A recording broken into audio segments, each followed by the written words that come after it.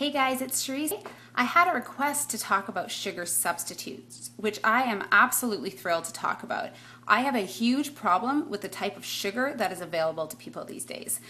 First off, I need you to get rid of the white sugar in your house. There is nothing good in that and nothing beneficial for your body. They stripped all the nutrients out of it and they left you with refined sugar that your body can't even figure out what to do with.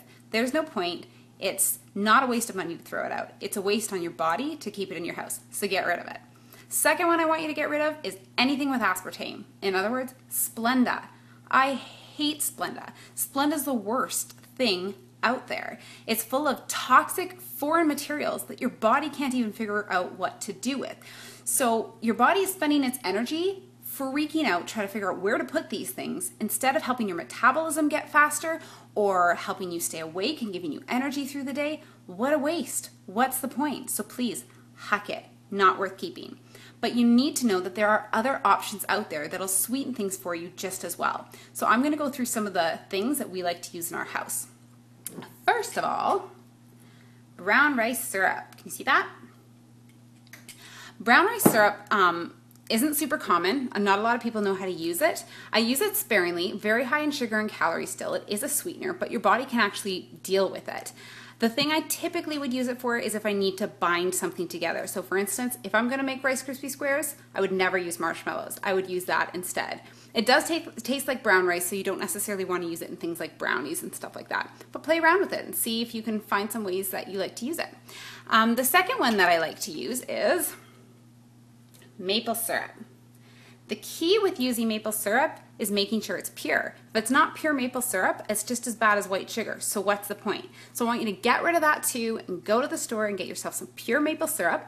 Still high in sugar, still high in calories, so use it sparingly, but again, your body at least can deal with it. The third one that I love, that I probably use the most out of the last two in this one, so the three, is, can you see that one? Honey. Honey's another great substitute, easy to use. Everybody usually has it in their house.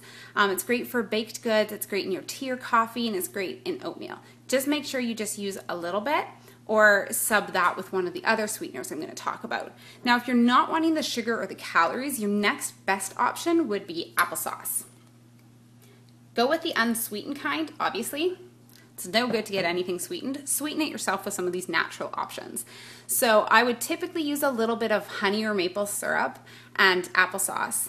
The thing that confuses people about applesauce is you have to make sure you get your ratios of liquid correct. So if you're gonna sub in a recipe and use applesauce, take out some of the oil. Just make sure your ratio of liquid stays the same and it's technically considered a liquid. My all-time favorite sweetener that I use the most would be stevia. This is my Trader Joe's one.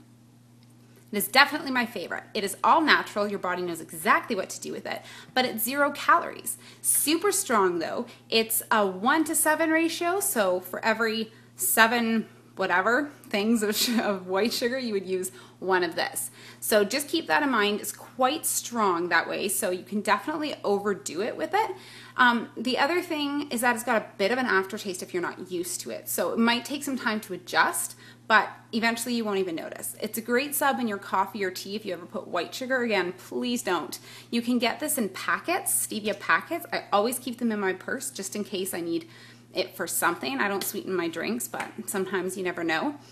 I use it to make homemade hot chocolate with unsweetened cocoa. Yeah, I mean, you can use it for everything. I use it on all my baking. It's definitely my favorite because it's 0 calories.